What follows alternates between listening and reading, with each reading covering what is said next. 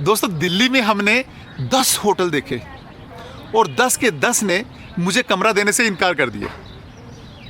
लेकिन दोस्तों इसी दिल्ली में मुझे एक ऐसा रिश्ता मिला जिसकी रूह आज भी गुजरांवाला की गली नंबर 6 में रहती है। ये सब शुरू हुआ एक साइन बोर्ड से जिस पे लिखा हुआ था गुजरांवाला टाउन। फिर जो हुआ उसका तो मैंने कभी ख्वाब में भी नहीं सोचा था। मैं हूँ मुख्तार अहमद, प्यारे शहर गुजरांवाला से।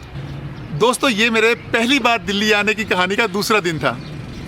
रात रोहित के यहाँ गुजारी, घंटों माँ जी से पिंडी के बारे में बातें होती रहीं और सुबह उठे तो एक इंतहाई अहम काम अभी बाकी था, होटल ढूंढना, कमरा लेना।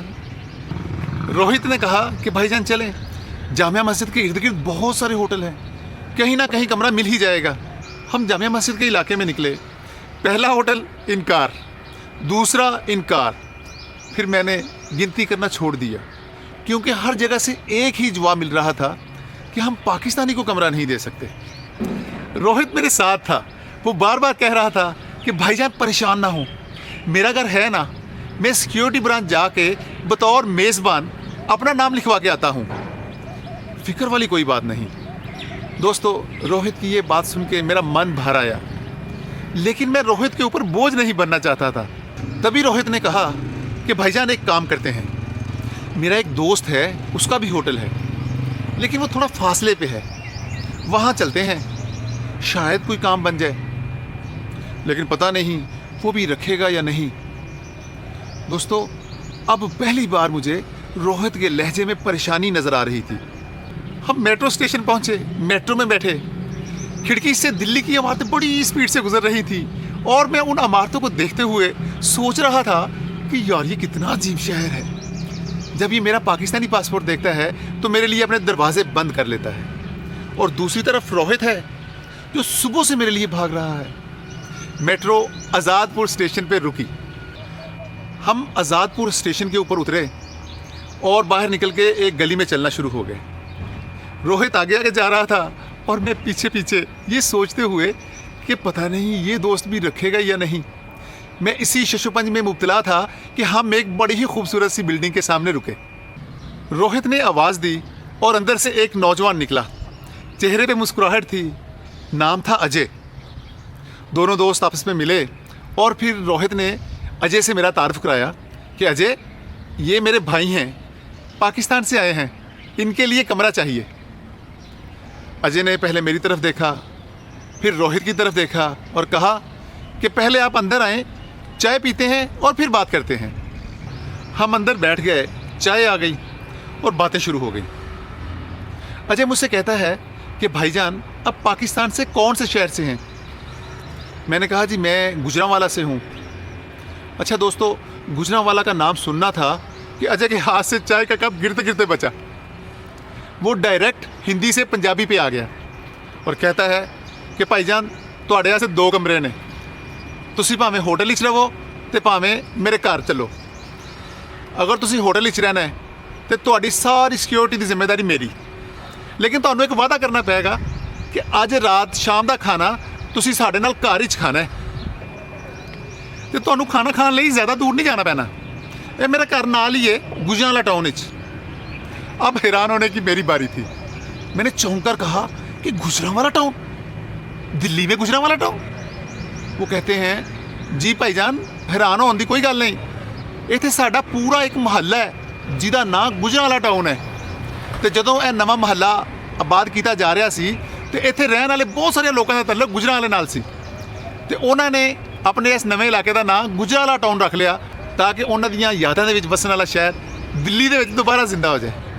फिर अजय ने बताया कि 47 मेरे वालिद साहब गुजरांवाला दे महल्ला गोबिंदगढ़ विचों आए सन। मैं सुनिया तो हैरान हो गया। मैं क्या गोबिंदगढ़? कोई है तो मेरे महल्ले के बिल्कुल नाल दा महल्ला है, मैं तो रोज़ाना उत्थे आना जाना। ये सुनना था। अजय उठ के खड़ा हो गया, उसने दोबारा मुझसे हाथ मिलाया और खींच के अपने सीने से लगा लिया और कहा कि भाजी फिर तो तुसी साडे अपने घर ही आए हो। सुबह से 10 होटलों ने इनकार किया था और ये बंदा जिससे मैं ज़िंदगी में पहली बार मिला था वो मुझे कह रहा था कि भाईजान तुसी तो मेरे अपने घर दे ही फर्द हो। दोस्तों मैंने होटल में रहने का फ़ैसला किया शाम को मैं और रोहित अजय के घर पहुंचे। एक खूबसूरत बड़ा घर, एक अमीर आदमी का घर। जब हम अंदर दाखिल हुए तो अंदर दाखिल होते ही हमने एक बुजुर्ग खातून को देखा। अजय ने अपनी माँ जी को बताया कि अम्मी जी ए भाईजान पाकिस्तान तो आए ने, तुहाडे शहर गुजरांवाले तो इन्हां दा मुहल्ला तुहाडे मुहल्ले गोबिंदगढ़ दे बिल्कुल करीब है। माँ जी ने मेरा हाथ पकड़ा और कहा कि पुत्र मेरे कोल बह, मैनू मेरे शहर दीयां गल्लां सुना। माँ जी ने बोलना शुरू किया। असल विच साडा मुहल्ला गुरु नानकपुरा सी। साडा घर, मेरे पेकियां दा घर गुरु नानकपुरा 6 नंबर गली विच सी ते मैं विआह के गुरु नानकपुरा तो गोबिंदगढ़ गई सा। ते गली नंबर 6 दे विच जिथे साडा घर सी उथों एक पासे गुरु नानकपुरा सी ते दूजे पासे गोबिंदगढ़ सी। असीं जदों अपनी गली विच गोबिंदगढ़ वाली साइड ते जांदे ते बिल्कुल सामने एक बड़ी सोहनी कोठी बनी सी। किसी अमीर मुसलमान ने बनाई सी। ਉਹਦੇ ਮੱਥੇ ਉੱਤੇ ਲਿਖਿਆ ਹੋਇਆ ਸੀ ਖੁਰਸ਼ੀਦ ਮੈਂਸ਼ਨ। ਬਈ ਉਸ ਕੋਠੀ ਨੂੰ ਵੇਖਣ ਵਾਸਤੇ ਬੜੇ ਦੂਰੋਂ ਦੂਰੋਂ ਲੋਕ ਆਉਂਦੇ ਸਨ ਤੇ ਆ ਕੇ ਆਪਣੀਆਂ उस कोठी के नाल तस्वीरां बनवाते सन। मैं माँ जी की बातें सुनता रहा, मुस्कुराता रहा। मैंने कहा माँ जी वो कोठी हले भी है लेकिन हुण टुट भज गई है, ढाठ बन गई है। मेरी ये बात सुन के माँ जी की आंखों में आंसू आ गए और वो बोली हाय किड्डी सोहनी कोठी सी, किसी नूं ओहदा ख्याल नहीं आया, किसी ओहदी देखभाल नहीं की, किसी दे मन च ना आया कि यह अगर ढह गई तो किड्डा सोहना असासा खत्म हो जाएगा। दोस्तों असल में वो एक इमारत नहीं थी, वो माँ जी का बचपन था जो टूट रहा था। फिर उन्होंने कहा कि पुत्र मेरा अज भी बड़ा दिल करदा है कि मैं उत्थे जावां, उन्हां गलियां विच खेडां जिथे मैं अपनियां अड़ियां दे नाल खेडदी सां। पुत्र किसी नूं पता ही कोई नहीं सी मुसलमान कौन है, हिंदू कौन है, सिख कौन है। सारे एक दूजे दे मामे मासियां सन, एक दूजे का ख्याल रखते सन। तो फिर 47 हो गया, असी इधर टोर आए तो सारा कुछ पीछे रह गया। पुत्र मेरा बड़ा दिल करता है कि मैं गोबिंदगढ़ जावां, गुरु नानकपुरा वेखां, उत्थे अपनियां सहेलियां नूं मिलां। पता नहीं मर जानियां होनियां भी ने कि नहीं, उन्हां दे नाल अपना दुख दर्द साझा करा। दोस्तों 80 साल की एक माँ जी उन गलियों को याद कर रही थी जिनको 70 साल पहले उन्होंने छोड़ दिया था। वो आज भी गुरु नानक खालसा स्कूल को याद कर रही थी जहाँ से उन्होंने प्राइमरी पास की थी। मैं उनकी बातें सुन रहा था और सोच रहा था कि इंसान का जिस्म कहीं भी चला जाए लेकिन उसकी रूह वहीं रहती है जहाँ उसका बचपन गुजरा हो। फिर माँ जी मुस्कुराई और बोली पुत्र बस एक गल दी मैनू खुशी है, मेरी एक मुसलमान सहेली ਜਿਹੜੀ ਗੁਜਰਾਂਵਾਲੇ ਤੋਂ ਕੈਨੇਡਾ ਜਾ ਕੇ ਆਬਾਦ ਹੋ ਗਈ, ਮੇਰਾ ਉਹਦੇ ਨਾਲ ਰਾਬਤਾ ਰਹਿੰਦਾ। ਜਦੋਂ ਮੇਰਾ ਮਨ ਜ਼ਿਆਦਾ ਉਦਾਸ ਹੁੰਦਾ ਹੈ ਉਸ ਮਰ ਜਾਣੀ ਦੇ ਨਾਲ ਗੱਲਾਂ ਕਰ ਲੈਣੀ ਆ ਤੇ ਮੇਰੇ ਦਿਲ ਦਾ ਭਾਰ ਹੌਲਾ ਹੋ ਜਾਂਦਾ है। दोस्तों 2 सहेलियां 3 मुल्कों में बटी हुई एक दूसरे के दुख सुख को बांट रही थी। हमने शाम का खाना इकट्ठे खाया। माँ जी अपने हाथ से खाना डाल डाल के दे रही थी।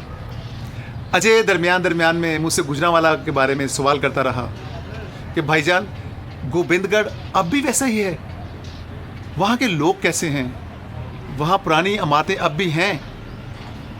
मैं उनकी बातों का जवाब देता रहा और हंसता रहा और माँ जी आंखें बंद करके ऐसे लग रहा था जैसे मेरी बातों को अपने अंदर महफूज कर रही हैं।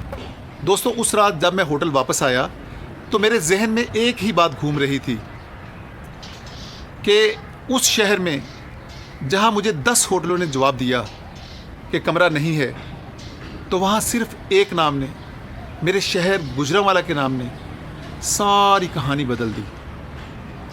अजय ने मुझे सिर्फ कमरा नहीं दिया, मुझे एक घर दिया। और अम्मा जी जिनकी ये ख्वाहिश थी कि वो गोबिंदगढ़ की गलियों में चलें, तो माँ जी आपका ये बेटा आपको ये कहता है मैं जब भी गोबिंदगढ़ जाता हूँ उसकी गलियों में चलता हूँ तो आप हमेशा मेरे साथ साथ होती हैं। दोस्तों ये थी आज की कहानी। उम्मीद है आपको पसंद आई होगी। इस कहानी को लाइक कीजिए, शेयर कीजिए, कमेंट कीजिए और अपने इस चैनल को सब्सक्राइब कीजिए और बताइए कि आपकी भी कोई ऐसी याद है जिस तरह वो माँ जी की यादें थी। इजाज़त दीजिए। अल्लाह हाफिज़।